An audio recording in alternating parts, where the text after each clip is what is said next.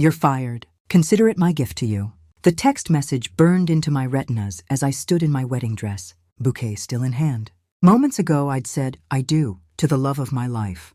Now in the church vestibule, surrounded by floating flower arrangements and the distant chatter of excited guests, I stared at my phone in disbelief. Tate Lawson, my boss's son, the man who'd made my work life miserable for 3 months, had chosen my wedding day, to terminate my employment. I showed the message to Karen, my brand new husband. His reaction surprised me. Instead of outrage, a knowing smile spread across his face. He took my trembling hands, kissed my knuckles, and whispered, "Check your messages later. Today belongs to us." How could he be so calm? I'd just lost my job as lead project manager at the prestigious architecture firm in the city, the position I'd worked myself to exhaustion for, the career I'd built over 2 dedicated years. But something in Karen's eyes told me to trust him. So I silenced my phone, tucked it into my maid of honor's purse, and walked with my husband through the grand doors of the church, into a shower of rose petals and cheers. 3 hours later, during our first dance, Nima, my maid of honor, rushed over with wide eyes. "Waverly, your phone won't stop buzzing. You have 108 missed calls." I checked the screen.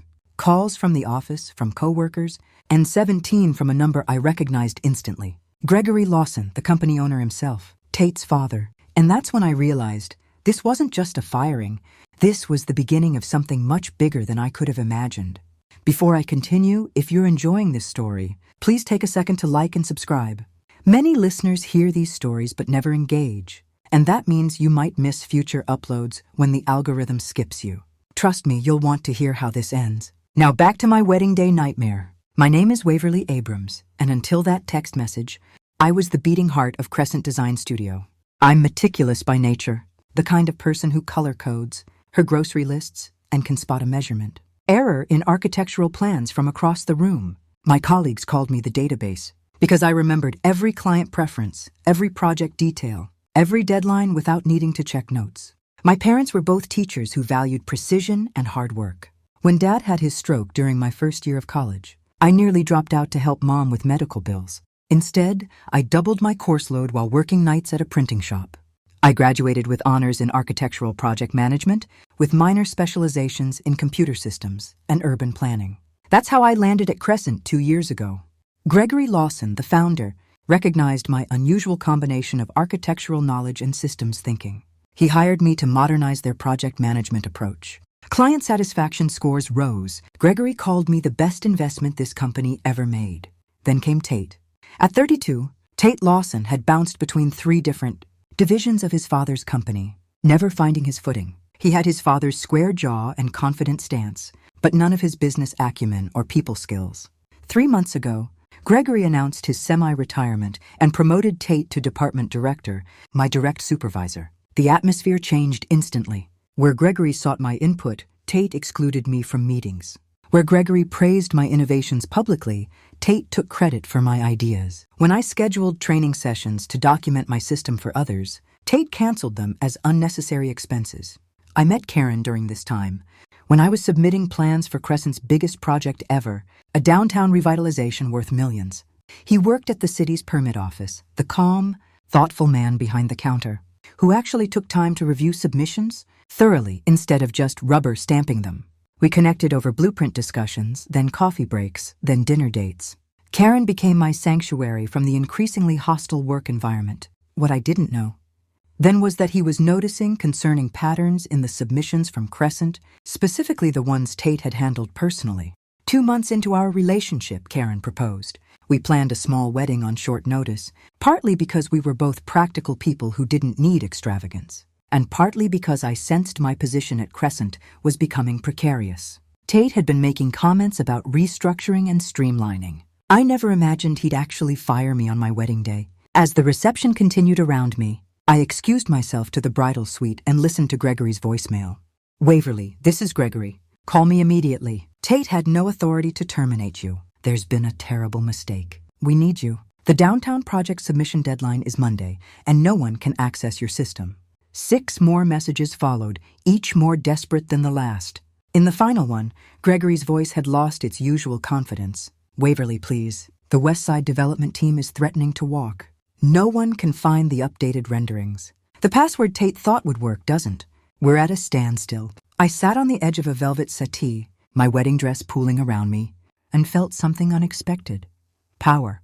For 2 years, I'd built a system so intuitive for me that I navigated it without thought, but so complex that no one else could use it without proper training.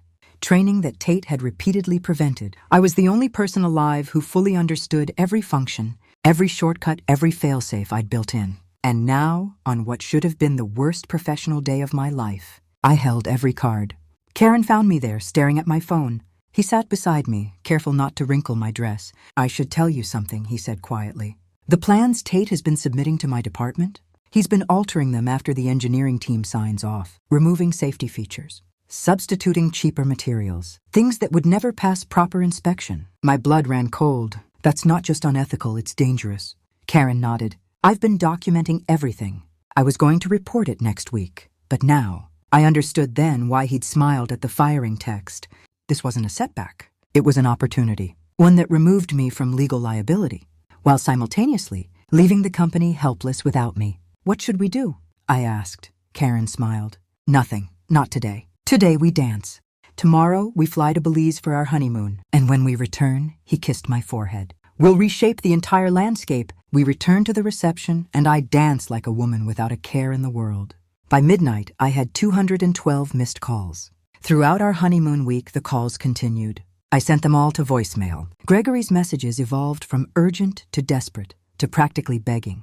On our 3rd day in Belize, while Karen and I were sipping fresh coconut water on the beach, Gregory offered to triple my salary if I'd come back. I deleted the message without responding. 2 days later, he offered partial ownership in the firm. Again, I didn't respond. Karen watched me decline these incredible offers without comment.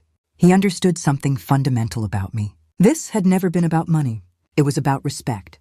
"You know," he said, as we watched the sunset on our final evening in Belize, "there's a vacancy in the consulting team for the city planning department. They need someone who understands architectural submissions from both sides, someone who could create guidelines for proper protocols." I turned to him, intrigued. "Are you suggesting what I think you're suggesting?" "I'm suggesting you start your own consulting firm, with the city as your first client. They'd pay for your expertise in creating systems that catch exactly the kind of corner cutting Tate was doing." The idea took root instantly. By the time our plane landed back home, I drafted a business plan on my tablet. 3 days later, I registered Precision Protocol Consulting. My phone rang within minutes of the business registration going public. Gregory Lawson. For the first time in 2 weeks, I answered. "Waverly, thank God we're in crisis. The downtown project is stalled. Clients are walking. Please, name your price." "I'm sorry to hear that, Gregory," I said calmly, "but I'm no longer available for employment.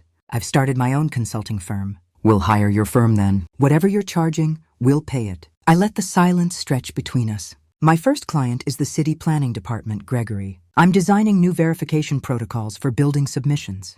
The sharp intake of breath told me he understood the implications.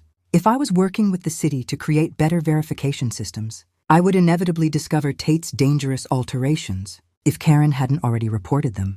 "Waverly, please. Tate made a terrible mistake. He was jealous of your relationship with me, of your competence. Let me fix this." "Some things can't be fixed, Gregory. Some bridges once burned stay ash." I ended the call and turned to Karen, who had been listening nearby. "Is it wrong that felt so good?" He shook his head. "It's not wrong to stand up for yourself, or for public safety." The following week, I began my contract with the city. With my insider knowledge of how firms like Crescent operated, I quickly identified vulnerabilities in the current verification system. I created new protocols that would catch unauthorized changes to approved plans, especially structural modifications made without engineering review. As part of the process, the city conducted an audit of recent submissions. Predictably, they found numerous violations in Crescent's downtown project plans, specifically in submissions handled by Tate. Load-bearing walls thinned, foundation specifications altered, safety features removed to cut costs. The investigation was swift and damning. The downtown project was permanently halted and reassigned to a competing firm. Tate wasn't just fired. He was blacklisted throughout the industry.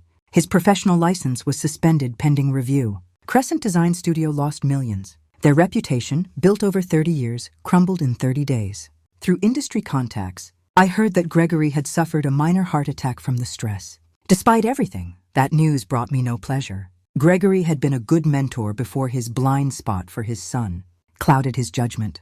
My consulting business thrived. Within 6 months, I had contracts with 3 municipal governments and was hiring staff to keep up with demand. Karen received a promotion at the permit office for his ethical stand. We bought our first home, a fixer-upper with good bones and incredible potential, just like our life together. Then, 1 year to the day after my wedding, a thick cream envelope arrived at my office. Inside was a handwritten letter from Gregory Lawson. "Dear Waverly," it began. "Some debts can never be fully repaid, but acknowledgement is the beginning of atonement. I've spent this year rebuilding what my son and my own negligence destroyed. Tate has completed a professional ethics program and works, now in a junior, position under strict supervision. He understands the gravity of his actions. Crescent has new leadership and new protocols. We've rehauled every system and every submission process. We are a different company now. I'm writing to ask if you would consider meeting with me, not to return I understand that bridge is indeed ash, but to consult on our new systems, to ensure we never fail the public trust again. Whether you accept or decline, please know my respect for you has only grown. You were right to stand your ground, right to protect the public, right to demand better. With sincere regret and admiration, Gregory Lawson." I showed the letter to Karen that evening. "What do you think? Should I meet with him?" Karen considered it carefully. "What would be your purpose in going? Closure? Vindication? Professional curiosity?" I pondered his question. "All of those, I suppose. And maybe to see if genuine change is possible." "Then I think you have your answer." I scheduled the meeting for the following week. When my assistant told me Gregory had requested the meeting take place at Crescent's offices rather than mine, I almost canceled. Returning to that building felt like stepping backward, but curiosity won out. When I arrived, the receptionist, a new face I didn't recognize, greeted me with unusual deference. "Miss Abrams, Mr. Lawson is waiting in the main conference room." As I walked through the hallways, I noticed significant changes. New faces, new energy, new systems visible on screens as I passed workstations. They'd truly started over. The conference room door was open. I stepped in to find not just Gregory but Tate as well, sitting stiffly beside his father. Gregory stood to greet me, but Tate remained seated, eyes fixed on the table. "Waverly, thank you for coming." Gregory's handshake was firm, but his face looked aged beyond the single year that had passed. Stress had carved new lines around his eyes. I took a seat across from them. "Your letter was unexpected, as was the education of this past year," Gregory replied, "but necessary." He glanced at his son. "Tate has something to say to you." Tate finally looked up. The arrogant gleam I remembered had vanished from his eyes, replaced by something unfamiliar, humility, or at least its closest approximation. "I owe you an apology," he said, voice barely above a whisper. "What I did was unprofessional, vindictive, and potentially dangerous to the public. There's no excuse for my behavior." His words sounded rehearsed, but the shame coloring his face appeared genuine. Still, an apology couldn't erase the past. "Apology noted," I replied, neither accepting nor rejecting it outright. Gregory cleared his throat. "There's more." He slid a folder across the table. "This company has been rebuilt from its foundation. New safety protocols, new review processes, new leadership structure. Tate is no longer in management. He's relearning the business properly this time, from the ground up." I opened the folder. Inside was a detailed overview of their new systems. Impressively thorough, I had to admit, along with a consultant contract offering a substantial fee for my review and recommendations. "We're not asking you to come back," Gregory clarified, "just to evaluate our new approach, to ensure we've truly changed." As I scanned the documents, Tate stood suddenly. "There's something else." His voice cracked slightly. He left the room, returning moments later with a smaller envelope, which he placed before me with shaking hands. Inside was a check for exactly the amount of my entire wedding, down to the penny for the last flower arrangement. "How did you know this figure?" I asked, suspicious. "Your wedding planner is my cousin's best friend," Gregory admitted. I asked for the total. I wanted it to be precise. Tate spoke again, this time more steadily. "Consider it our gift to you, the one I claimed to be giving when I had no right." A flash of anger surged through me. Did they really think money could fix this? That they could buy their way back to ethical standing? Before I could respond, Tate placed a small USB drive beside the check. "This also belongs to you. It's the entire project management system you created, with all the passwords and access points. We've managed to recreate basic functionality, but it's never worked properly without you. It's yours to take or delete." I stared at the tiny drive, feeling the weight of 2 years, Work condensed into something I could hold between two fingers. The system I'd built with such care that had been used as a weapon against me when Tate prevented others from learning it. In that moment, looking at these two men, one broken by his own ethical failings, the other humbled by the consequences of his arrogance, I realized something profound about revenge. Sometimes it arrives without you having to deliver it yourself. Sometimes the greatest vengeance is simply surviving, thriving, and watching others reckon with the mess they've made. I closed the folder and stood up.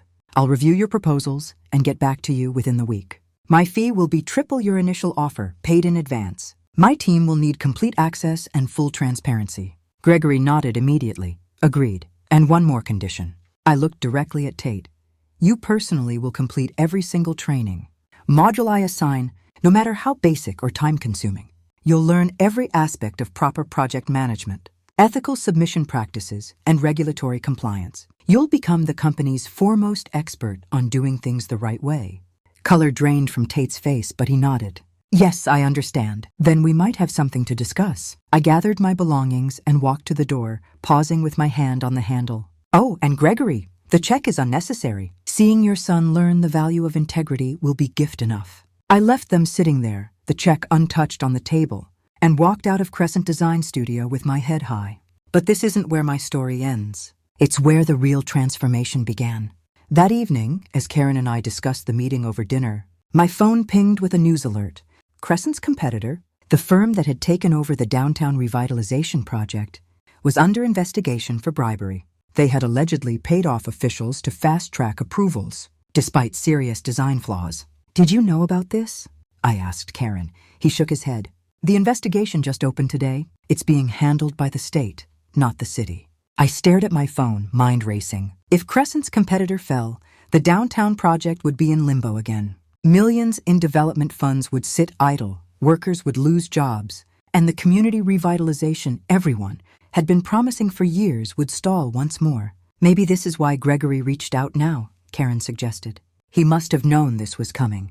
He's positioning Crescent to retake the project. The realization hit me like a thunderbolt. I wasn't being offered a consulting job out of respect or regret. I was being courted because Gregory needed my systems and expertise to seize an opportunity. When his competitor failed, I felt used all over again. What are you going to do? Karen asked, seeing the storm gathering in my expression. I pushed my plate away, appetite gone. I'm going to sleep on it. This requires careful thought. But sleep eluded me that night. I tossed and turned, replaying the meeting in my mind. Was Tate's contrition genuine or just another performance? Was Gregory truly committed to ethical reform or simply desperate to salvage his legacy? And most importantly, what did I want my role to be in whatever happened next? By morning, I had my answer. I called Gregory at 7 a.m. I've reconsidered your offer, I told him. I'm not interested in consulting for Crescent. The disappointment in his silence was palpable. I understand, he finally said. However, I continued, I am interested in something else, a partnership. A partnership? His voice lifted with surprise. My company oversees all project management and regulatory compliance. Crescent handles design and construction. We operate as separate entities but present as partners to clients. This way, I maintain my independence while ensuring ethical standards are met. That's highly unusual, Gregory said slowly. So is firing someone on their wedding day? I countered. I'm not interested in returning to a company where I could be undermined again. But I am interested in seeing that downtown project completed properly. The community deserves that. There was a long pause. What about Tate? Where does he fit in this arrangement? Tate works for you, not me. But any project he touches goes through triple verification by my team. No exceptions. Another pause. I'll need to discuss this with my board. You have 24 hours, I replied. After that, I'll be presenting my own proposal to the city for the downtown project. I ended the call feeling something I hadn't felt in a long time. Complete ownership of my future. No longer was I reacting to what had been done to me. I was creating something new, on my terms. 23 hours later, Gregory called back. The board has approved your proposal. With one addition, they want a 3-year minimum commitment. 2 years. With an option to extend based on performance metrics that we both agree to in advance. I countered. Done. And just like that, Precision Protocol Consulting had its biggest client yet. When the competitor firm was officially removed from the downtown project 2 weeks later, our newly formed partnership was ready with updated plans, enhanced safety features, and a comprehensive management system that combined the best of my original design with new security protocols. The city awarded us the contract, partly due to our innovative partnership structure that promised both creative design and rigorous compliance verification. The press called it a new model for architectural accountability. Tate was assigned as junior project coordinator, a position 5 levels below his previous role. Every morning, he received a detailed training module from my team. Every evening, he was tested on the material. If he failed, he repeated the module the next day. To my surprise, he never complained. He completed each assignment meticulously, asked thoughtful questions, and gradually began to show genuine understanding of why protocols existed. 3 months into our partnership, I arrived early at the construction site for an inspection and found Tate already there, methodically checking concrete. Poor specifications against the approved plans. You don't have to personally verify this, I told him. That's what site engineers are for. He straightened up, clipboard in hand. I know, but I need to understand every aspect from the ground up. That's the only way I'll truly learn. I studied him, searching for signs of the arrogant young man who'd fired me by text. Instead, I saw someone different. Someone chastened by failure and genuinely striving to rebuild himself. Why did you do it? I asked suddenly. Why fire me on my wedding day specifically? Tate flinched but held my gaze. Because I knew you were right. About everything. The training programs, the safety concerns, the need for better documentation. And I couldn't stand it. Couldn't stand that you'd built something so essential that even my father respected you more than me. So you tried to hurt me at my most vulnerable moment. He nodded, shame evident in his posture. I thought I'd feel powerful. Instead, I watched everything collapse. The system nobody could navigate. The projects nobody could track. My father's face when he realized what I'd done. He swallowed hard. I destroyed in one moment what might have been the best mentorship I could have had. His words hung in the morning air between us, unexpectedly genuine. You can't undo the past, I said finally. But you're right about one thing. I would have been a good mentor. I still could be, if you earn it. Hope flickered across his face. How? By becoming the kind of professional who puts safety and integrity above ego. By learning every aspect of this business properly. By admitting when you don't know hiding it. I can do that, he said with quiet determination. I will do that, I nodded. Then let's start with these poor specifications. Show me what you found. For the next hour, I walked him through proper verification procedures, explaining rationales rather than just rules.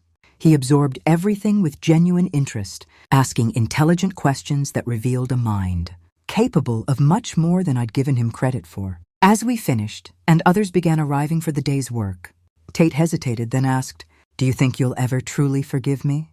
I considered the question carefully. Forgiveness isn't something you're owed. It's something that might develop over time, through consistent actions rather than apologies. Show me who you're becoming, not who you regret being. He nodded, accepting the challenge without protest. Over the following months, the downtown project progressed ahead of schedule. Our partnership model received national attention, with other municipalities expressing interest in similar arrangements. My consulting firm expanded to 15 employees, while Crescent gradually rebuilt its reputation under the new structure. Gregory, true to his word, kept Tate on a strict learning path. The young man who had once sabotaged training sessions now organized them himself, ensuring every team member understood both the how and why of proper procedures. 6 months into the project, I received an unexpected visit at my office from Raina, my former assistant at Crescent. She'd stayed when I left and now worked directly with Gregory. He wants to promote Tate, she told me without preamble. To assistant project manager, I raised an eyebrow. And he sent you to test my reaction? She smiled. He sent me to get your honest assessment. Tate has completed all the training modules with perfect scores. His site reports are exemplary. The team actually respects him now. And what do you think? I asked. Raina had always been perceptive about people. I think he's genuinely changed. And I think having responsibility might solidify that change. I leaned back in my chair, considering. Tell Gregory I'll support the promotion with one condition. Tate needs to handle the upcoming community presentation alone. Let's see how he does when representing the project to the people it actually affects. The community presentation was scheduled for the following week, a critical milestone where we would update neighborhood, residents on construction progress, timeline, and how their input had shaped design modifications. It was a high-pressure situation, with potentially hostile questions from residents who'd seen previous promises broken. I attended incognito, sitting in the back row of the community center. Tate arrived early, setting up displays and greeting people personally as they entered. When he stepped to the podium, I noticed something surprising. He was nervous. The old Tate would have covered insecurity with arrogance. This version acknowledged it directly. Good evening, everyone. I'm Tate Lawson, Assistant Project Coordinator. Some of you may remember when this project stalled last year. That failure was partly due to my mistakes. Shortcuts. I tried to take that compromised safety and violated your trust. A murmur ran through the crowd. This level of candor was unexpected. I'm here today not just to update you on our progress, but to assure you that every aspect of this project now undergoes triple verification. Our partnership with Precision Protocol Consulting means nothing reaches construction without rigorous safety and compliance review. He proceeded to walk through the updated plans, highlighting areas where community feedback had directly influenced design changes. When tough questions came, he answered honestly, including several times when he said, "I don't know, but I'll find out and get back to you personally." By the end, the initial skepticism had transformed into cautious optimism. Residents approached him afterward with follow-up questions, which he addressed with patience and transparency. I slipped out before he could spot me, but I'd seen enough. The next day, I called Gregory. "I heard Tate did well yesterday," he said immediately. "He did. I was there. And your verdict?" I paused, knowing my next words would significantly impact Tate's future. "I support the promotion. He's earned it." Gregory's relief was audible. "Thank you, Waverly. Your endorsement means everything.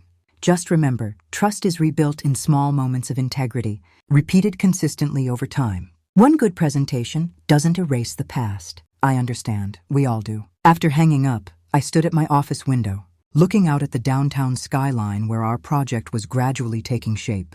Cranes swung against the blue sky. Workers moved purposefully across the site.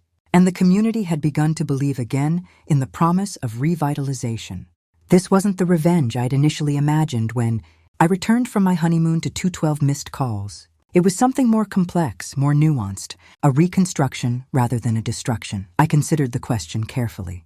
I'm satisfied. Not because they suffered, but because actual change happened. The company is safer. The buildings are sounder. The community will benefit. And Tate? Tate is. I searched for the right word. Tate is becoming someone his position deserves. Whether that redemption continues is up to him. Karen nodded thoughtfully. You know, when I showed you that text message on our wedding day, I never imagined this outcome. I thought you'd want scorched earth. Maybe I would have if you hadn't shown me another way. I leaned against his shoulder. You taught me that sometimes the best revenge isn't about destruction. Sometimes it's about reconstruction, but on your terms, not theirs. He kissed the top of my head. Speaking of reconstruction, the house renovations are finally done. Should we have Gregory and Tate over for dinner to celebrate? I laughed at the suggestion.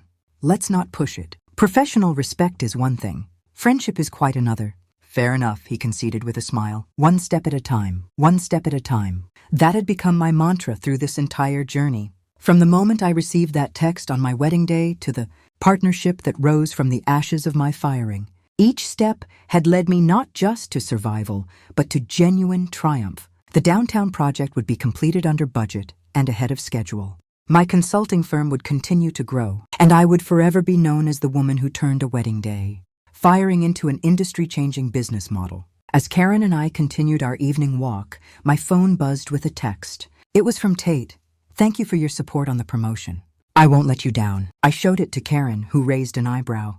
"Are you going to respond?" I thought for a moment, then typed, "Make sure you don't. Some gifts can't be returned." As I hit send, I realized the text had arrived exactly 1 year to the day after his gift to me on my wedding day. The symmetry wasn't lost on me, nor I suspected on him. Some might say I should have crushed Tate completely when I had the chance, that I should have taken Gregory's company apart piece by piece, instead of helping rebuild it, that my revenge wasn't vengeful enough. But those people would be missing the point. True power isn't about destruction. It's about having the ability to destroy and choosing a different path. It's about reshaping reality according to your vision, not just reacting to someone else's cruelty. In the end, I didn't just get even. I got ahead. And I did it not by stooping to Tate's level, but by rising so far above it that he would spend years climbing to reach where I now stood. If you've stayed with me through this story, you might be wondering if you could show the same restraint in my position. Could you turn betrayal into opportunity? Could you transform revenge into reformation? It's not an easy path, but sometimes the most satisfying victories aren't about what you destroy, but what you build from the ashes of what tried to destroy you. If this story resonated with you, please take a moment to like, subscribe, and share your thoughts in the comments. Have you ever turned a professional betrayal into an unexpected triumph? I'd love to hear how you transformed your own setbacks into stepping stones. And don't forget to hit that notification bell so you won't miss my next story about navigating the complicated landscape of career, relationships, and the sweet satisfaction of success on your own terms.